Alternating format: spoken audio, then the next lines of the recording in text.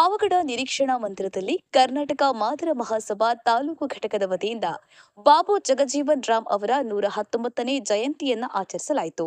ಕಾರ್ಯಕ್ರಮದಲ್ಲಿ ತಾಲೂಕು ಅಧ್ಯಕ್ಷರಾದ ನರಸಿಂಹಪ್ಪ ಕತ್ತಿ ಕ್ಯಾತನಹಳ್ಳಿ, ಸಮಾಜ ಸೇವಕರು ಹಾಗೂ ಮಾದರ ಮಹಾಸಭಾ ತಾಲೂಕು ಖಜಾಂಚಿಯಾದ ನೇರಳೆಕುಂಟೆ ನಾಗೇಂದ್ರ ಕುಮಾರ್, ನಿವೃತ್ತಿ ಫ್ರಾನ್ಸ್ ಪಾಲರು ಬಸವಲಿಂಗಪ್ಪ, ಕೋಟ್ ನರಸಪ್ಪ, ತಾಲೂಕು ಉಪಾಧ್ಯಕ್ಷರಾದ ಕಡಮಲಕುಂಟೆ ಸುಬ್ಬರಾಯಪ್ಪ, ಎಸ್ ಹನುಮಂತರಾಯಪ್ಪ, ವೆಟರ್ನರಿ ಉಗ್ರಪ್ಪ, ತಾಲೂಕು ಪ್ರಧಾನ ಕಾರ್ಯದರ್ಶಿ ರಾಮಾಂಜಿ, ಕಾರ್ಯದರ್ಶಿ Avinash Kannamedi Krishnamurthy, BP Peddanna, CK Thippeswamy, Valluru Nagesh, Kadamalakunte Hanumantharayappa, Ramappa TN Pete, Mallikarjuna B Hosalli, KP Linganna, Mangalavada Manjanna, Hanumantharaya, CT Marappa, Manju Naliganahalli, Hosalli Prakash ಹಾಗೂ ಇನ್ನೂ ಹಲವರು ದಲಿತ ಮುಖಂಡರು ಭಾಗವಹಿಸಿದರು. Nagaraj KM, Pavagada. Jai Bhim news 24x7. ಇದು ಬಹುಜನರ ನ್ಯಾಯಕ್ಕಾಗಿ. ಈ ದೇಶದ ಉಪ ಪ್ರಧಾನಿ, ಶೋಷಿತ ಸಮಾಜ ಉದ್ಧಾರಕರು, ಅತ್ಯಂತ ಹೆಚ್ಚು ರಾಜಕೀಯದಲ್ಲಿ ಬಂದವರು, ಸುದೀರ್ಘ 40 ವರ್ಷಗಳ ಕಾಲ ಈ ದೇಶವನ್ನು ಮುನ್ನಡೆಸಿರ್ತಕ್ಕಂಥವರು. 1908ನೇ ಇಸ್ವಿ ಬಿಹಾರದ ಸಾಸಾರಾಮ್ ಎಂಬಲ್ಲಿ ಇವರ ಜನನ ಆಗ್ತದೆ. ಇವರ ವಿದ್ಯಾಭ್ಯಾಸನು ಅತ್ಯಂತ ರೋಚಕ ಘಟ್ಟದಲ್ಲಿ ನಡೀತದೆ. ಇವರ ಅತ್ಯಂತ ಹೆಚ್ಚು ಪ್ರಖರ ಪಾಂಡಿತ್ಯ, ಬುದ್ಧಿವಂತಿಕೆ ಕಂಡು ಆಗಿನ ಬಿಹಾರ ರಾಜ್ಯದಲ್ಲಿ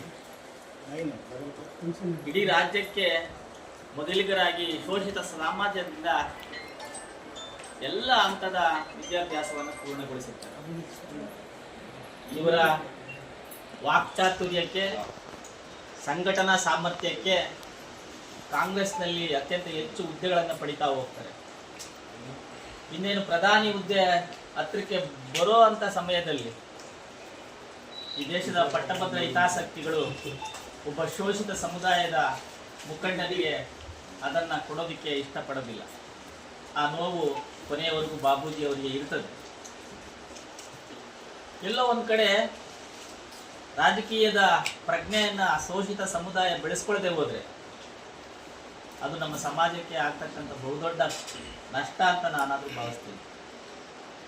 ಆಳುವ ವರ್ಗದ ಒಂದು ಜೊತೆಯಲ್ಲಿ ನಾವು ಗುರುತಿಸ್ಕೊಂಡಾಗ ನಮ್ಮ ಸಮುದಾಯಕ್ಕೆ ಏನು ಬೇಕಾಗ್ತದೆ, ನಮ್ಮ ಸಮುದಾಯದ ಹಿತಚಿಂತನೆಗಳಿಗೆ ಪೂರಕವಾಗಿ ನಾವು ಕೆಲಸ ಮಾಡಬೇಕಾಗ್ತದೆ. ಅಂತಹ ಕೆಲಸ ಮಾಡೋ ಕ್ಷೇತ್ರ ಯಾವುದಾದ್ರೂ ಇದೆ, ಅದು ರಾಜಕೀಯ ಕ್ಷೇತ್ರ. ಅಂತಹ ರಾಜಕೀಯ ಕ್ಷೇತ್ರದಲ್ಲಿ ಇವರು ಅತ್ಯಂತ ಉನ್ನತವಾಗಿ ಬೆಳೀತಾ ಹೋಗ್ತಾರೆ. ಗಾಂಧೀಜಿಯವರ ಜೊತೆಗೆ ಒಳ್ಳೆ ಸಂಬಂಧಗಳನ್ನು ಇಟ್ಕೊಂಡಿರ್ತಾರೆ.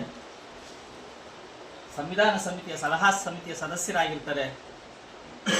ಇವರ ಕಾಲದಲ್ಲಿ ಬಹುದೊಡ್ಡ ನಿರ್ಣಯಗಳನ್ನು ತಗೊಳ್ತಾರೆ.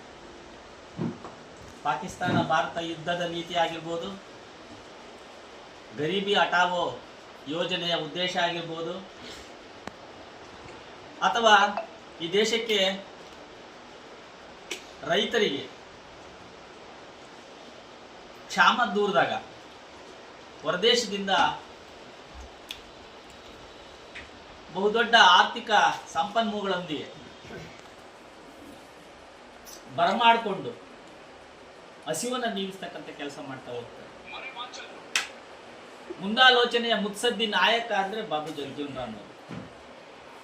ಅವರಿಂದ ಉಟ್ಕೊಂಡಿದ್ದೆ ಇದು ಗರೀಬಿ ಹಟಾವ್. ಭಯಾನಕವಾದ ಬರ ಸನ್ನಿವೇಶ ಸೃಷ್ಟಿಯಾಗಿರ್ತದೆ. ಎಲ್ಲೆದಲ್ಲೇ ಆಹಾಕಾರ ಎದ್ದಿರ್ತದೆ. ಹಸಿವಿನಿಂದ ಜನ ಸಾಯೋ ಸ್ಥಿತಿಯಲ್ಲಿರ್ತದೆ.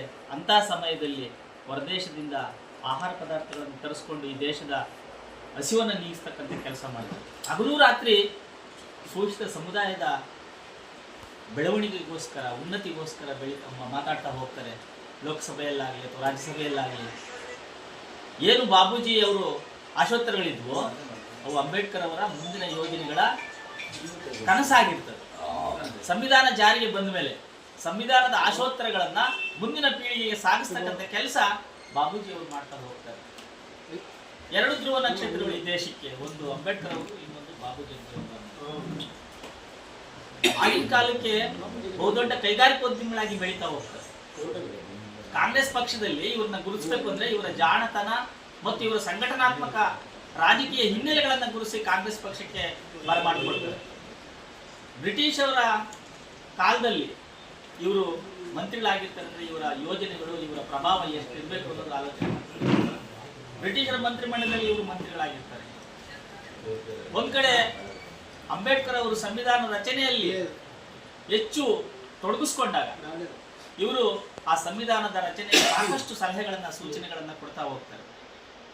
ಅಂತಹ ಶೋಷಿತ ಸಮುದಾಯದಲ್ಲಿ ಈ ದೇಶಕ್ಕೆ ಏನ್ ಬೇಕಾಗ್ತದೆ ಅನ್ನೋದನ್ನ ಅರ್ಥ ಮಾಡಿಕೊಂಡು ಈ ದೇಶವನ್ನ ಮುನ್ನಡೆಸುವಂತ ಕೆಲಸ ಮಾಡ್ತಾ ಹೋಗ್ತಾರೆ ಜವಾಹರ್ಲಾಲ್ ನೆಹರು ಜೊತೆಗೆ. ಹಾಗಾಗಿ ಇವರಿಗೆ ಎಂದೋ ಸಿಕ್ಬೇಕಾಗಿತ್ತು ಪ್ರಧಾನಿಯ ಪಟ್ಟ, ಆದ್ರೆ ಕೊನೆಯ ಹಂತದಲ್ಲಿ ಬಂದು ತಪ್ಪಿಸ್ತಾ ಹೋಗ್ತದೆ.